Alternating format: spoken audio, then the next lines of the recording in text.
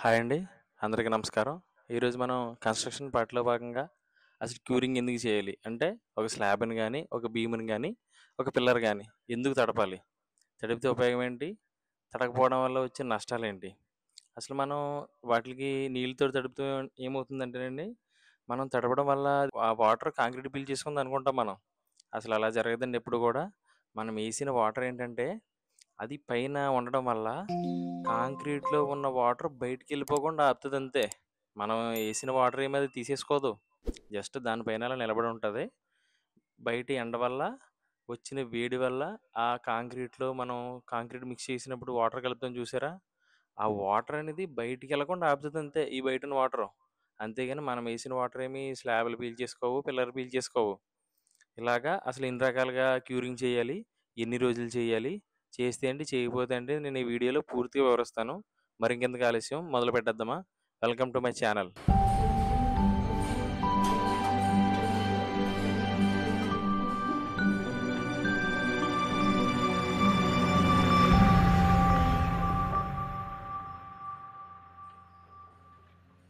ముందుగా మనం డిస్కస్ చేసుకున్న విధంగా క్యూరింగ్ అంటే ఏమి లేదు.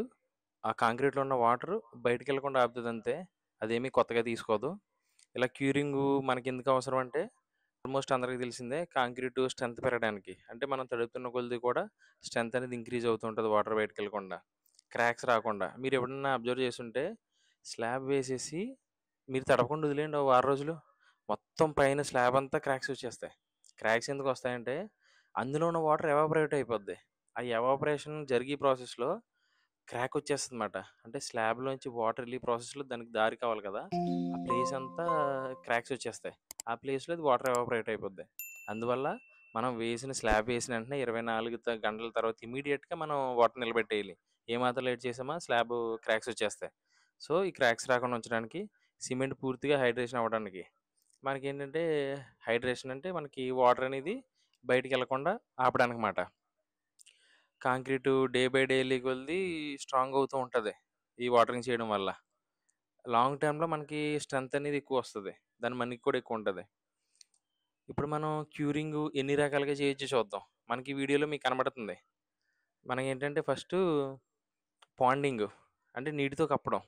ఇక్కడ మనం ఏం చేస్తున్నాం, నీట్‌గా కట్టేసి అరల అరల కింద కట్టేసి, నీళ్ళేసి నిల్వ ఉంచేస్తున్నాం దానిపైన. ఎన్ని రోజులైనా అన్ని రోజులు. అలా ఉంచేస్తామాట. దీన్ని నీటితో కప్పడం. లేదా మనం పాండింగ్ చేయడం అంటారమాట. నెక్స్టు తడి బట్ట ఆర్ జూట్ బ్యాగ్‌లో అంటే ఏదన్నా వెట్ క్లాత్ అయినా కట్టొచ్చు, జూట్ బ్యాగ్స్ అయినా కట్టొచ్చు. మనం ఎక్కువగా వాడేది జూట్ బ్యాగ్స్. జూట్ బ్యాగ్స్ ఏంటంటే, జూట్ బ్యాగ్స్ కట్టిన తర్వాత మనం దాన్ని తడుపుతా ఉండటం వల్ల, ఆ తడి ఎక్కువ కాలం రిటైన్ చేసుకుంటది ఆ జూట్ బ్యాగు.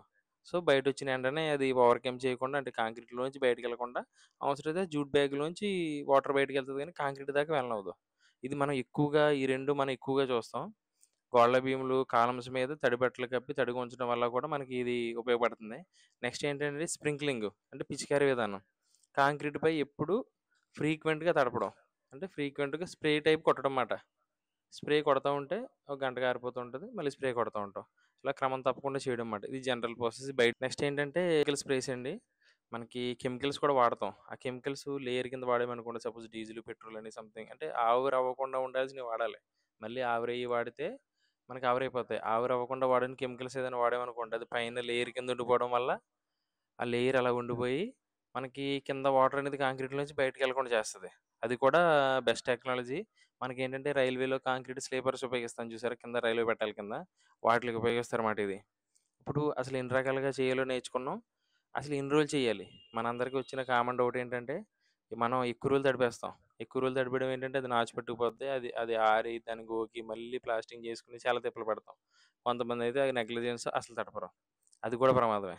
కరెక్ట్‌గా మనం ఎన్ని రోజులు చేయాలనేది కరెక్ట్‌గా తెలుసుకుంటే, అన్ని రోజులు మాత్రమే చేస్తాం. ఫర్ ఎగ్జాంపుల్‌గా మనం ఎన్ని రోజులు చేయాలనేది చూద్దాం. మనం సాధారణంగా 43 గ్రేడ్ వాడామనుకోండి 7 డేస్ మినిమమ్ మాట అది. మాక్సిమం ఒక 14 రోజుల వరకు చేయొచ్చు. ఇంక అంతకు మించి అనవసరం. 10 రోజులు చేసుకున్నా సరిపోద్ది. నెక్స్ట్ ఏంటంటే పీపీసీ అండి. ఈ పీపీసీ అనేది హీట్ ఆఫ్ హైడ్రేషన్ ఎక్కువ దీనికి. అంటే చాలా హీట్ ప్రొడ్యూస్ చేస్తది ఇది. దీనికి ఏం చేయాలంటే ఎక్కువ రోజులు తడపాలండి. ఇది ఆల్మోస్ట్ మినిమమ్ 10 రోజులు తడపాలి. అదేంటి ఓపీసీ అనేది మినిమమ్ 7 రోజులు తడిపితే చాలు. ఇదైతే మినిమమ్ 10 రోజులు తడపాలి. మాక్సిమం 14 రోజుల వరకు తడుపుకోవచ్చు. ఇది స్లాబ్ అయినా, పిల్లర్ అయినా, మన బీమ్ అయినా ఏదైనా దీనికేనండి. మనకి సమ్మర్‌లో అయితే మోర్ దెన్ 14 డేస్ అంటే 14 రోజుల నుంచి ఆల్మోస్ట్ 21 రోజుల వరకు తడుపుకోవడం మన మంచిది. ఇదేంటంటే కాంక్రీట్ వేసిన 24 గంటల తర్వాత మొదలుపెట్టాలి. సింపుల్‌గా చెప్పాలంటే ఒక వారం నుంచి 2 వారాలు. అంటే 7 రోజుల నుంచి 14 రోజులు. వేసవికాలం అయితే 14-21 రోజులు 3 వారాల వరకు కూడా తడపాలి. ఇది మనకి కాంక్రీటు తడపలేదనుకోండి, మెయిన్ డ్రాబ్యాక్ ఏంటంటే క్రాక్స్ వచ్చేస్తాయండి. క్రాక్స్ వచ్చేసి ఎయిర్ క్రాక్స్ వచ్చేస్తాయి. ఎయిర్ క్రాక్స్ వల్ల మొత్తం బిల్డింగ్ అంతా పాడైపోద్దండి. ఎన్ని లక్షలు వేసి కట్టినా గాని స్లాబు, మనకి క్రాక్స్ ఇచ్చేసి మొత్తం స్లాబ్ అంతా పాడైపోద్దండి. ఆ క్రాక్స్ ఇవ్వడం వల్ల ఏంటంటే ఎయిర్ అందులోకెళ్ళిపోద్దండి. గాలి. గాలి ఎళ్ళిపోతే ఏమవుద్దంటే లోపల ఐరన్ ఉంటది కదండీ! ఆ ఐరన్ ఆక్సిజన్‌తో రియాక్ట్ అయ్యి లోపల తుప్పడటం మొదలుపెడతదండి. అది తుప్పవడం మొదలుపెట్టిందంటే మీకు లోపలంతా రస్టింగ్ పట్టేద్ది. రస్ట్ పట్టిందంటే ఐరన్ రాడ్డు ష్రింక్ అయిపోతా ఉంటది. అంటే తగ్గిపోతా ఉంటది. దాని ఏరియా తగ్గించేసుకుంటూ ఉంటది. అది తగ్గించేసుకోవడం వల్ల కాంక్రీట్‌కి దానికి అంటే ఆ కాంట్రాక్ట్ వదిలేసిందంటే మనకి ఐరన్నును ఈ కాంక్రీట్‌కున్న బాండింగు తెగిపోద్ది. తెగిపోయిందంటే కాంక్రీట్ ఏమవుతది? పెచ్చులు ఊడడం మొదలుపెడతది. పెచ్చులు ఊడడం మొదలుపెట్టిందంటే మొత్తం స్లాబ్ అంతా కొలాప్స్ అయిపోద్ది. మీరు కొత్త స్లాబ్ ఏసుకోవాల్సిందే. వర్షం ఫుల్‌గా కారొచ్చేస్తది. మనకి స్లాబ్ పైనంతా బానే ఉంటది గానీ వర్షం కారుతానే ఉంటది. ఇది బాగా మేజరు డిసడ్వాంటేజెస్ అండి. మన వాటర్ క్యూరింగ్ చేయకపోవడం వల్ల. మీకు ఈ వీడియోలో క్యూరింగ్ ఎన్ని రకాలుగా చేయొచ్చు, ఎన్ని రోజులు చేయొచ్చు, చేయకపోతే ఏంటి, చేస్తే ఏంటి, లాభ నష్టాలన్నీ కూడా పూర్తిగా వివరించాను. ఇటువంటి కన్‌స్ట్రక్షన్ సంబంధించి టిప్స్ అండ్ వీడియోస్ కోసం మన ఛానల్‌ని సబ్స్క్రైబ్ చేయండి, లైక్ చేయండి. వీడియో ఇంతవరకు చూస్తున్నంత వరకు ధన్యవాదాలు.